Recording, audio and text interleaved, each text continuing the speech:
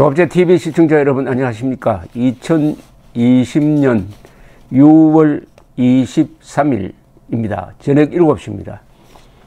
이틀 있으면 6.25 남침 70주년이 되는 날입니다. 요사이 언론에 김홍걸이라는 이름이 자주 나옵니다. 그런데 좋은 사건과 연결되어서가 아니라 자꾸 조금 불미스러운 사건과 연결되어서 이분 이름이 자주 나오는데, 이게 큰 사건을 예고하는 전조가 아닌지 하는 생각이 들기도 합니다. 오늘은 또 김홍걸 노벨 평화상 상금 동교동 사저 상속세 납부에 섰다라는 제목의 기사가 실렸습니다. 이 기사가 지금 계속 이어지고 있습니다.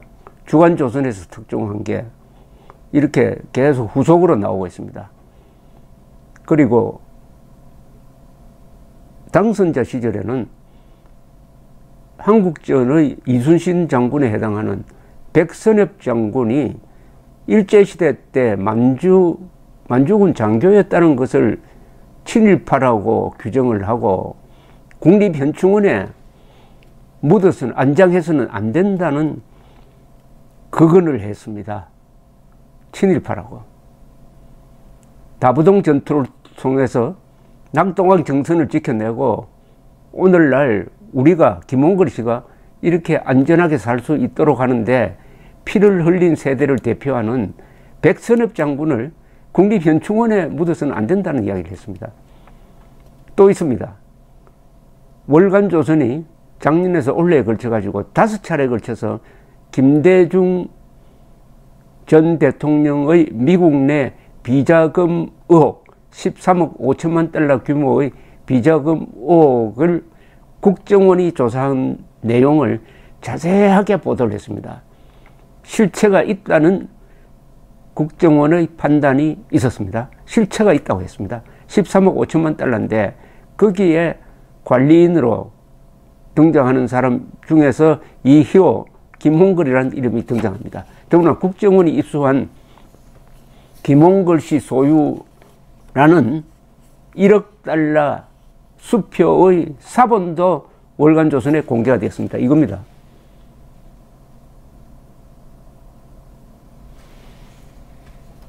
김홍걸 씨는 아시다시피 이번에 여당 비례대표로 당선이 되었는데, 김대중 대통령 재임 시절 2002년에 구속이 됐습니다. 무슨 사건으로 구속이 되었느냐? 청탁, 이권 청탁을 받았는데 뇌물 액수가 수십억입니다. 그런데도 아주 이례적으로 집행유예로 나왔고 노무현 때 사면이 되었습니다. 그래서 국회의원이 될 수가 있었습니다. 뭔가 이 돈과 관련되는 일에 많이 엮였어요. 이것도 결국 돈입니다. 오늘 문제가 된 게, 김대중 전 대통령의 삼남인 더불어민주당 김홍걸 의원 측은 23일 김 전 대통령과 이희호 여사가 유산으로 남긴 동교동 사저와 노벨 평화상 상금에 대해 김홍걸 의원이 모든 재산을 상속받을 유일한 합법적 상속인 지위에 있다면서 노벨 평화상 상금 중 일부는 상속세로 납부하는 데 사용했다는 이 기자회견을 했습니다. 왜 기자회견을 했느냐 하면은, 최근 감정 금액이 32억 원 상당인 김 전 대통령의 동교동 사저와 8억 원 가량이 남아있는 노벨 평화상 상금을 두고 형인 김홍업 김대중 평화센터 이사장과 분쟁을 벌여왔기 때문입니다. 법적 분쟁입니다. 김홍업, 둘째 아들이죠. 김홍업 이사장은 이희호 여사는 유산을 김 전 대통령 기념사업에 쓰라는 유언장을 남겼지만은 김홍걸 의원이 유언장을 따르지 않고 모든 재산을 본인 앞으로 돌렸다고 이렇게 주장해 오면서 지금 법적 분쟁을 벌이고 있습니다. 그런데 김홍걸 의원 측은 오늘 기자회견을 열고 이희호 여사가 서거 3년 전에 작성한 유언장은 후속 절차를 밟지 않고 법적으로 무효가 됐다.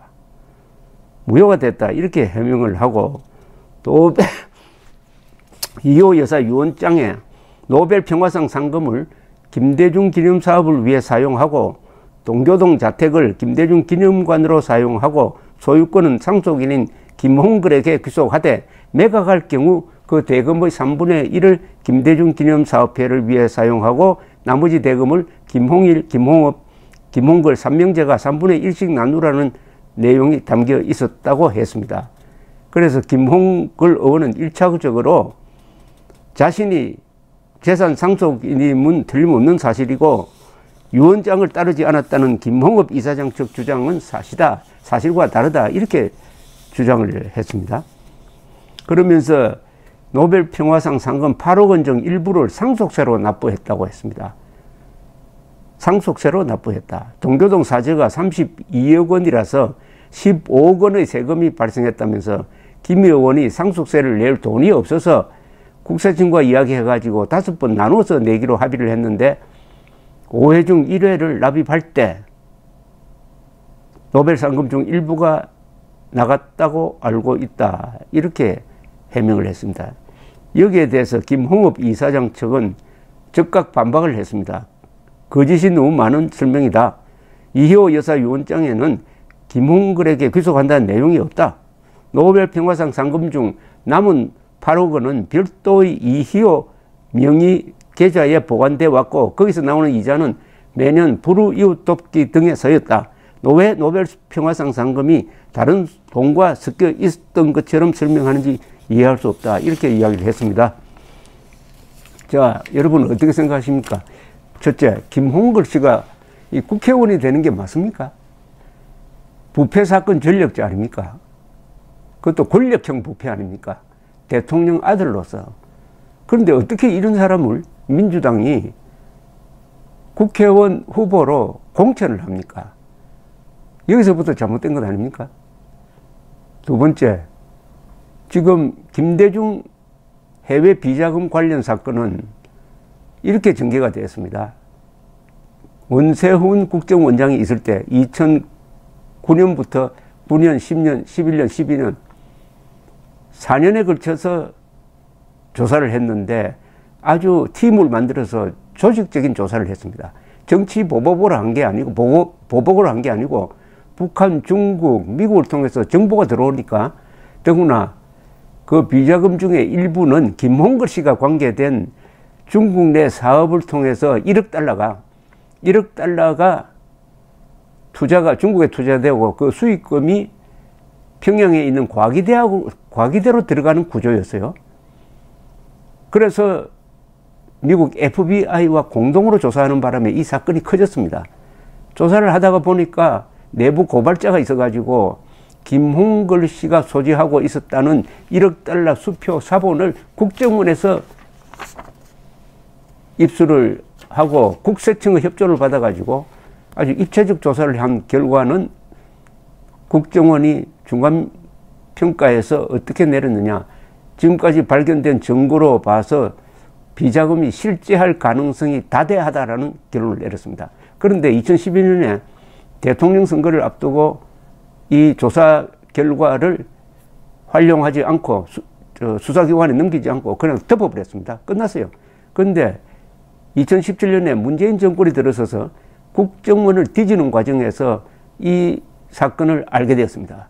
그래서 이 사건을 추적했던 사람을 오히려 구속 기소를 해가지고 최종업 차장, 그 밑에 김승현 국장 두 사람은 지금 실형을 살고 있습니다.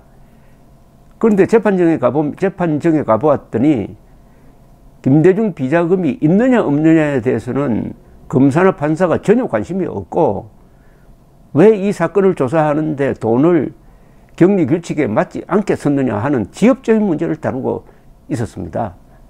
그런데 액수가 너무 커요. 13억 5천만 달러입니다. 13억 5천만 달러 의혹 자금인데 1억 달러 수표도 보여드렸습니다만은 그 중에 상당한 부분이 실체가 있다. 실체가 있는 것이다. 이것은 국가기관이 조사를 해야 될 부분인데 거기에 이희호, 김홍걸 이런 이름이 자주 등장한다 이겁니다. 그런데 재밌는 것은 월간조선이 그렇게 보도를 하는데 조선일보가 보도를 하지 않습니다. 그리고 야당도 김대중이라는 이름 앞에 겁을 먹었는지 이 문제를 제기하지 않고 있습니다. 그러니까 김홍걸 씨는 겁이 없어진 게 아닌가 생각됩니다. 어떻게 백선엽 장군을 친일파라고 몰면서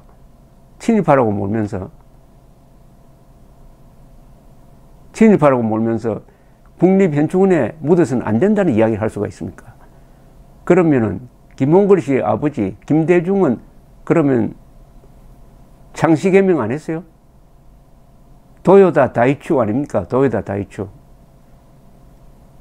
어떻게 이런 막말을 할 수 있느냐. 그런데 알고 보니까 또 재산 문제 가지고 특히 노벨 평화상 상금을 놓고 형과 법정 투쟁을 하고 있다. 돈과 이렇게 왜 자주 엮이죠? 돈과 2002년에 돈 수십억을 받아서 형을 살고 나오고 비자금과 연관되어서 더구나 그중에 1억 달러가 북한으로 들어가는 사업을 추진했다는 혐의 의혹이 있고 또 이번에 또 이게 상금과 연관이 되고 돈 문제에 대해서 클리어하지 못하다 하는 것 아니겠습니까? 돈과 엮이니까 자연히 권력과 엮이는 거죠. 권력과 돈이 같이 붙으면 안 됩니다. 김대중 대통령은 후보 시절부터 그 전부터 이 돈과 연관된 사건이 많았어요. 돈 문제에 대해서 김대중 일가가 뭔가 분명하지 못하다 하는 느낌을 받습니다. 김홍걸 씨 때문에 새삼 아버지 김대중 씨의 명예가 손상될 지경에 이르렀습니다. 그렇다면 자중해야죠. 최소한 백선엽 장군에 대한 매도는 하지 않아야죠. 영웅입니다. 그분 한국의 영웅이죠. 그분의 사후 어디에 묻히느냐에 대해서 아니 이 대한민국 10만 평방킬로미터를 지켜내는데 결정적 역할을 한 사람의 시신이 국립현충원에 묻히는 걸 반대한다? 이런 발언을 한 김홍걸 씨의 앞으로의 의정활동을 한번 지켜봐야 되겠습니다. 이렇게 남의 가슴에 못을 박는 애국자의 가슴에 못을 박는 이런 이야기를 하려면은 본인의 처신이 깨끗해야 되죠. 근데 왜 이렇게 지저분합니까? 돈과 관련해서.